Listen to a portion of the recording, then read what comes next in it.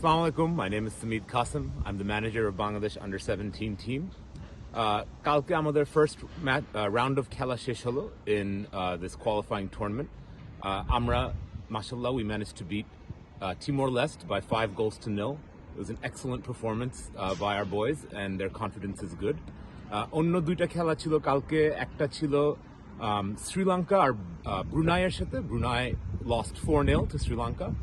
And in the other match, China, যারা host, ওরা বাহরাইনকে 4-0 গোলে হারিয়েছে. So currently, আমরা actually first খেলার পর, we are top of the group, goal difference এর জন্য, we are one ahead of everybody else. Other than that, আমাদের এখানে we must give thanks to the China Football Association and the Chongqing Football Association.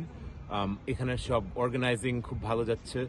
AFC কেও thanks দিতে হবে for match commissioners and referees are all of a very high standard. Our team is in good spirits. We are in good shape. আমাদের কালকে সামনের match হবে ব্রুনাইয়ের সাথে.